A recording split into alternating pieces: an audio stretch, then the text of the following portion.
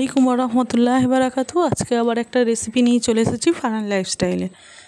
তো বাড়ির পাশে গণেশ পুজোর মেলা বসেছিল, তো মেলাতে যাওয়া হয়নি, পানি জমেছিল, প্লাস হচ্ছে আপনার ফারহানের এক্সাম চলছিল। তো সেখানে মেলায় গেলে তো বেশিরভাগ এই জিনিসগুলো খাওয়া হয়, তাই আমি ভাবলাম আজকে বাড়িতেই চলো বানিয়ে ফেলি একটু বাদাম চাপা। ঘরেতে ছিল একটু গুড় আর বাদাম, সেই জন্যই ভাবলাম ঘরেতেই তৈরি করা যাক। তো প্রথমে আমি ইন্ডাকশানটা অন করে নিয়েছি, তারপরে প্যানটা বসিয়ে দিয়েছি। প্যানটা একটু সামান্য গরম হতেই আমি দিয়ে দেবো এর মধ্যে বাদাম। ঘরে ছিল কিছু চীনা বাদাম, তাই আমি অল্প করে করব বলেই দিয়েছি। প্রথমে মনে হচ্ছিলো কতটা কী দেবো, কোনো দিন করিনি, আজকে ফার্স্ট টাইম করব। তা ভাবলাম যে মনে হয় একটু কম হবে, সেই জন্য আবার একটু অল্প করে দিয়ে দিয়েছিলাম। দেওয়ার পর ভালোভাবে এটাকে ভেজে নিতে হবে, যাতে না পুড়ে যায় আর যাতে না আবার কাঁচাও থাকে, সেই জন্য ঠিক মতন করেই ভাজতে হবে।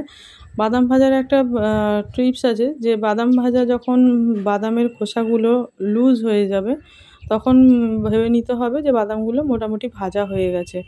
আর বাদামটা ভাজতে ভাজতে একটা স্মেলও বেরোয়, তখনই বোঝা যায় যে বাদাম ভাজাটা হয়ে গেছে। তো দেখো মোটামুটি আমার বাদামের কভারের কালার চেঞ্জও হয়ে গেছে, আর সব কটা থেকে খোসাগুলো মোটামুটি লুজও হয়ে গেছে, সব মুখ ফেটে গেছে। সব কটা বাদাম দেখো ফাটা ফাটা, তার মানে মোটামুটি এটা হয়ে গেছে। তারপরে আমি একটা হাতে করে নিয়ে আমি টেস্ট করে দেখব যে এটা হয়েছে কি না, কারণ একবার যদি ঠান্ডা হয়ে যায় আবার ফের বাজে লাগবে, সেই জন্য একটুখানি রেখে দিয়েছিলাম কড়াইতে। ইন্ডাকশানটা আমি অফ করে দেবো, দেওয়ার পর তারপরে আমি দেখতে পারবো। খুব গরম ছিল, দেখেই বোঝা যাচ্ছিলো বাদামগুলো খুব গরম। তো ভালোভাবে আবার যেহেতু কালো হয়ে যাওয়ার চান্স থাকে, ওই জন্য আবার একটু নাড়িয়ে নিচ্ছিলাম।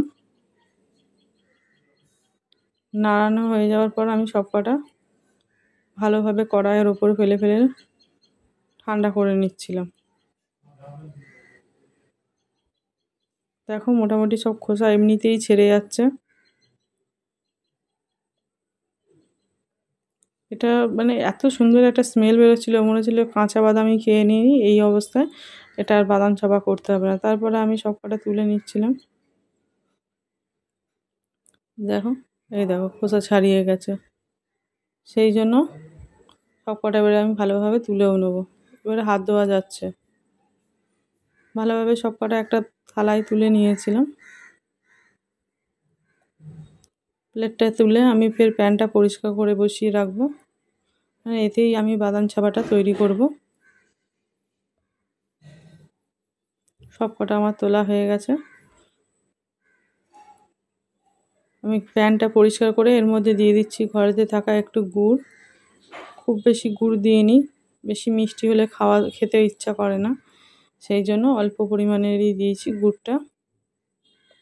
এর মধ্যে দিয়ে দেবো অল্প একটু পানি, যাতে গুড়গুলো ভালোভাবে গলে গিয়ে জমাট বাঁধে।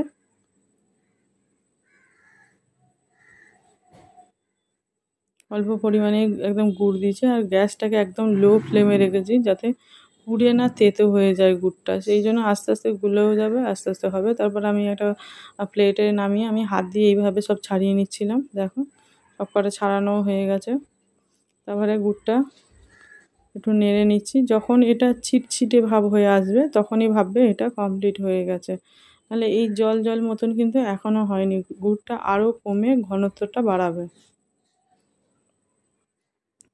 এভাবেই আমি গুড়টা পুরো গলিয়ে নিয়েছিলাম। দেখো সব পুরো গুড়টা গলে গেছে আর চিটচিটে ভাবও চলে এসছে। এরপরে আমি বাদামটাকে ভালোভাবে গুড়ের সাথে মাখিয়ে নেব। ভালোভাবে মাখাতে হবে, একদম যেন পুরো আঠালো হয়ে যায়, না হলে বাদাম চিটটা ধরতে পারবে না, ফেটে যাবে। তো ভালোভাবে আমি গ্যাসের একদম ফ্লেমটা লো রেখেছিলাম। লো রাখতে তারপরে এক জায়গায় সব কটা রেখে নাড়ছিলাম। দেখো কতটা কমে গেল, আরও কমে যাবে, একদম পুরো শুকনো হয়ে যায়, পুরো যেন আটা হয়ে যায়। অনেকে এগুলো চিনিরও করে, সাদা চিনি হয়ে থাকে, আখের গুড় দিয়ে করে অনেকে। আমার কাছে অল্প একটু ভেলু গুড় ছিল, সেই জন্য আমি এই গুড়টা দিয়েই তৈরি করলাম। হয়ে গেছে আমার মোটামুটি, দেখতেই পাচ্ছ একদম আঠালো হয়ে গেছে। তারপর আমি প্লেটের মধ্যে দিয়ে দিচ্ছি একটু তেল। প্লেটের মধ্যে একটু তেল দিয়ে দিলে তাহলে জিনিসটা ভালোভাবে তোলা যায়, সেই জন্য আমি ভালোভাবে ব্রাশের সাহায্যে প্লেটের মধ্যে তেলটা ভালোভাবে মাখিয়ে নিচ্ছি এবং ওটাকে একটু ঠান্ডা হতে দিয়েছি, যাতে অনেকটা গরম আর এই তেল জাতীয় মানে চিনি বা গুড় জাতীয় জিনিসগুলো অনেকক্ষণ গরম থাকে। তারপর আমি দেখো একটু ঠান্ডা হতে আর এরকম আঠালো মতন হয়ে যেতে আমি এটা প্লেটে সার্ভ করে নিচ্ছি। ভালোভাবে একটা শেপ দেবো, গোল শেপ দেবো, যাতে দেখতে একটু সুন্দর লাগে। খেতে কেমন হয়েছে জানি না, এত গরম ছিল, কোনো রকমভাবে আমি টেস্ট করতেও পারিনি। তো ভাবলাম একটু ঠান্ডা হয়ে যাক তারপরে দেখবো। তো পরে খেয়ে দেখেছিলাম, খুব সুন্দর হয়েছিল। গুড়টা দেখো এই যে বেরোচ্ছে, এই গুড়টাই পুরো একদম জমাট বেঁধে শুকনো হয়ে পুরো গায়ে লেগে যাবে। দেখেই কত সুন্দর লাগছিল, খেতে তো আরও সুন্দর লেগেছে। তো পুরো ছিল এই রেসিপিটা আমার, একদম অল্প সময়ের মধ্যে একদম ঘরের বানানো বাদাম চাপটি। এই বাদাম চাপাটা খেতে যে এত ভালো লাগে, মেলায় গেলে আমরা তো প্রায় মানে এটাই কিনবই, এরকম মিষ্টি কটকটি আর এই বাদাম চাপা আমাদের বাড়িতে থাকবে। তো এই দেখো শক্ত হয়ে উঠেও গেছে, এটা ভাগ করে নিয়েছিলাম সবার জন্য অল্প অল্প করে। খুব সুন্দর হয়েছিল খেতে। যারা যারা পুরো ভিডিওটা দেখছো তাদেরকে অনেক থ্যাংক ইউ। যারা যারা নতুন আছো আমার চ্যানেলে, প্লিজ আমার চ্যানেলটাকে পারলে সাবস্ক্রাইব করে দেবেন, পাশে থাকা বেল আইকনটা টিপে দেবেন। ভালো থাকবেন, সুস্থ থাকবেন, আবার দেখা হবে নেক্সট একটা ভিডিওতে। টাটা বন্ধুরা।